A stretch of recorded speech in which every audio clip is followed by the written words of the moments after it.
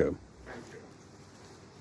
feels as if we have announcements and initiatives from the government all the time when it comes to helping people to buy their own homes. The likes of Help to Buy, stamp duty cuts, and of course there was further support in last week's budget. But we hear less about renting, and indeed many private landlords feel they're being squeezed out of the market. So do we have a home ownership at all costs culture? Well, Helen Gordon is Chief Executive of Grainger, the UK's largest professional landlord. Helen, good evening to you. Obviously, a lot of private landlords are being squeezed out of the market by the stamp duty changes. What's that meant for you? Well, the landlords that are being squeezed out are mainly the buy-to-let landlords, and there's been a series of legislation, regulation, which has meant that more of them are leaving the market. So last year it was about 72,000, and 1 in 5 small buy-to-let landlords say that they're going to be leaving the market. But this is a great opportunity for the professional landlords like Grainger, because what it means is that we can really professionalise the sector. We tend to do much bigger buildings, we tend to add more infrastructure into them, we tend to want our residents to stay with us for much longer. So I think this is a moment when the UK can see the emergence of a really good professional rented sector. Are there enough operators like you in the market? I mean, we hear a lot from people like Legal & General that they're putting money into build to rent as well, but are there enough of you? Well, Grainger is the largest. We have about 9,000 units, but in terms of the amount of capital, it's been estimated there's about 30 billion of capital, and the reason that people are attracted to it is elsewhere in the world, in Germany and in the US.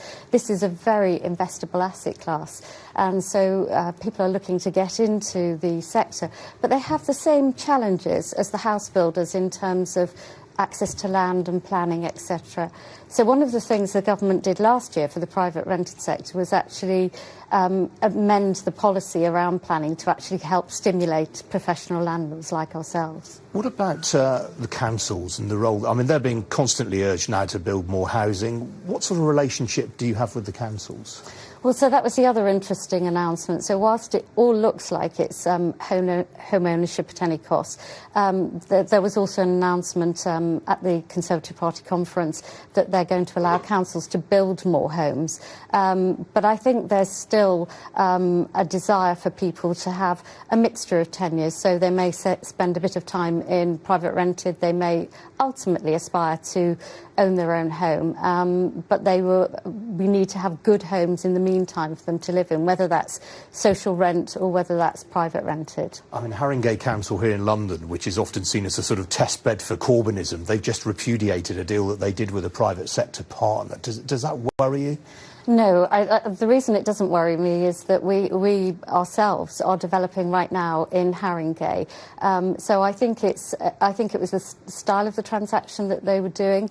They obviously wanted more social housing incorporated within that. But I think from my time spent with the people in Haringey, they really want to get more homes at the right price within their borough. So I think it's a matter of getting good relationships with the council. Now, you mentioned just now that you face some of the similar constraints to the house builders themselves. I mean, you're looking to build 1,300 units this year or coming year. Well, we're actually, at the moment, our pipeline is around 5,000 units. So but it's not obviously delivered all in 1 year.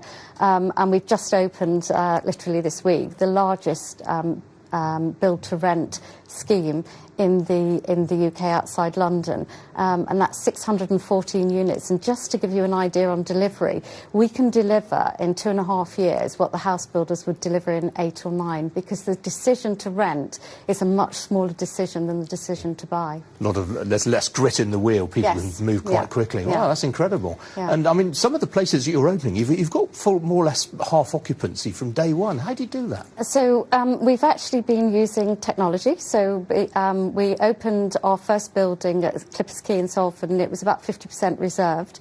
And people reserved it using virtual reality and using a digital leasing journey, which might seem unusual for some people, but it's clearly working, and we're really pleased with that. Great stuff. Right, Helen Gordon from Grainger, good to see you. Thank you for joining me. Some other news now and activity in the service.